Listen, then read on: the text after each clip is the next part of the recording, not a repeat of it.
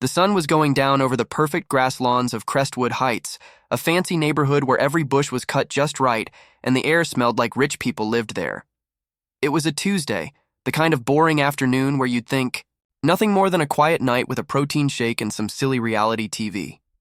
I'm Marcus Tate, and I had just come home from a really hard workout at the gym. My legs hurting from lifting heavy weights when my doorbell started ringing like crazy, almost like someone was attacking it. Not a nice ring, but a crazy pushing, like someone was trying to wake up a monster from the other side of my wooden door. Looking through the little peephole, I saw her. Loretta Vanderhagen, the lady who thinks she's the queen of the Crestwood Homeowners Association. Her white hair was like a hard helmet, her angry face sharp enough to cut glass, and her light green eyes sparkled with a crazy look that could run a small, mean kingdom. Loretta wasn't just a neighbor, she was a neighborhood bully. Her beige pants pulled up to her chest, her soft-colored shirt somehow looking scary. I opened the door a little, my tall 6'2" body filling the space. "Loretta," I said, keeping my voice as calm as a weather person. "What's with the doorbell beating?" Her eyes got smaller, looking from my sweaty tank top to the door itself. "Your door, Mr. Tate," she said angrily, her voice like a tight spring, "is broken." I blinked. "Seems to be working fine, see?" I opened it wider to show her. "No," she snapped, her hand with rings cutting through the air. "My master key doesn't work. The HOA master key made to get into all homes for emergencies and checkups. It's in the rules, Section 7, Part C, Paragraph 2. I leaned against the door frame, a slow smile showing on my face. This was so crazy it was almost funny. A master key to my private house? I said it like she was showing me something holy. A master key, Loretta, for private homes. I'm pretty sure that's what's the word. Against the law, and also really bad. Her face, already looking angry and pinched, turned a shade of red that didn't match her shirt. "It's for our safety," she spit out. "What if there's a fire or a wild raccoon problem that needs us to get in right away?" "I couldn't help it," I laughed. "If my house is on fire, Loretta, I'll know before you do." "And raccoons? I've got pesty. Control ready to call. They don't need a key made in HOA hell." Her voice got really high, loud enough to scare the neighborhood birds. "This is not listening to me. You've messed with the lock. That's against the rules." I crossed my arms, my muscles from the gym making them feel like steel. "Crazy thought. There's no such thing as an HOA master key for my door lock. It's a really safe lock made by a professional when I bought this place. The only master is on my key ring." Loretta's eyes got huge. "You change the lock without asking? That's a $200 punishment, and you'll pay for a lock person to change it back to work with the master key." I shook my head. "Not happening." "No. Smart HOA rule lets you walk into my home with a key that opens everything. That's a safety nightmare and a lawsuit waiting to happen." She screamed, "This is how we do things." Her iPhone covered in an ugly, sparkly case showed up in her hand like a weapon. "I'm calling the police. You're doing something wrong in your own home by not letting HOA in." I almost laughed but saw the mean look in her eyes. "Go ahead, Loretta. Call them. Let's see how this goes." Her thumb hit the call button. "Yes, 911?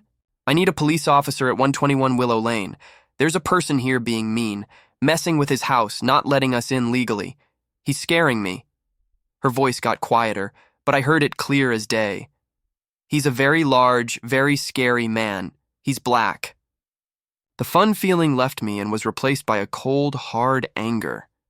This wasn't just about a key anymore. This was ugly, mean, and something I'd seen too many times before. Loretta had just used her worst trick, and I was done being nice. The police came quickly, 2 police cars with flashing lights but thankfully quiet sirens. Officer Daniels, a thick, older cop with an I've-seen-everything look, and Officer Rivera, younger and smarter, got out. Loretta ran at them, a beige tornado of anger, pointing at me like I'd personally ended the world. "He's not letting me in with the master key. He's scaring me." I stayed on my porch, arms crossed, face calm but not giving up. Daniels came over. "Good afternoon, sir. Can you tell us what's happening?" I told them everything. Loretta's doorbell attack, her master key crazy idea, her threats of punishments, and her 911 call filled with racist hints. Rivera asked Loretta, "A master key for all homes, ma'am?" She kept insisting, talking about her precious rules. Rivera's eyebrow went up. "Do you have those rules, specifically the part about keys for everyone and getting in when it's not an emergency?" Loretta stuttered, "It's normal practice." I jumped in. "Officers, I've never yelled or scared her. My locks are legal. My house is private. She's upset her made-up key doesn't work." Mrs. Larson, my nosy but nice neighbor across the street, stuck her head out. "He's right. She was screaming like crazy. Marcus was cool as ice." Loretta yelled, "Eleanor, mind your own business." Daniels held up a hand. "Ma'am, an HOA key for private homes without a court order or emergency is legally shaky. Unless you've got a real crisis, fire, flood, raccoons with rabies, there's nothing here for us." Loretta's face fell apart, but he was mean to me. Rivera cut in, "You called 911 saying he threatened you. We've got a witness saying the opposite. Fake reports are serious." That made her shut up. Daniels turned to me. "You're good, Mr. Tate. Ma'am, take this up with your HOA, not us." They left, and Loretta shot me a look that could melt steel. "This isn't over," she said angrily, stomping off. I smiled. "Oh, I'm counting on it." 2 days later, a letter from the Crestwood HOA came, practically nailed to my mailbox. Inside was a demand to come to an emergency complaint meeting, saying I did unauthorized lock changes, didn't follow standard key rules, and caused trouble by making police come. Signed by Herbert Grayson, the weak HOA president who agreed with Loretta's every wish because he was scared of her power. I walked into the community clubhouse the next evening, dressed nice in a clean shirt and pants, ready to face the angry group. Herbert sat at the head of the table, sweating like he was in a hot room. Loretta sat beside him, acting smug. Her friends Mildred Hawthorne and Clara Bloom sat next to her, their faces looking permanently angry. "Mr. Tate," Herbert said shakily, "thank you for coming." I flashed a grin. "Wouldn't miss my own witch trial, Herb." Loretta jumped in. "He was mean, not letting us have our right to emergency access. His fortress lock is clearly hiding something." Mildred added, "It's chaos. If everyone changes their locks." I raised a hand. "Let's look at this. I've talked with a lawyer friend. Making homeowners use an HOA key is a legal mess. If that key gets lost, every home's in danger. And Loretta, you tried to get into my house without telling me for a fake checkup. That's not in your rules." I pulled out my tablet copy of the neighborhood rules, flipping to Section 7. "This says emergency access needs a real threat with emergency workers. No mention of a master key or random lock checks." The room went quiet. Herbert looked like he wanted to disappear. I kept going. "Then there's your 911 call, Loretta, saying I was dangerous because, and I quote, 'he's black.' I'll be asking for that recording." Loretta went pale. "I never said that." I smiled coldly. "We'll see. Your bullying, fake report, and racist behavior aren't HOA business. They're lawsuits waiting to happen." I stood. "Drop this complaint, or I'll file charges for bullying and fake reporting, plus legal action against the HOA for letting you do this. Any more nonsense, and I'm going all in. Clear?" The silence was so loud you could hear a pin drop. Loretta looked like she'd eaten a sour lemon. I walked out, leaving them shocked. But Loretta didn't give up. She switched to sneaky war tactics. My newspaper ended up in the birdbath every day. My car got accidentally sprayed by a neighbor's sprinkler, and whispers went around that I was trouble.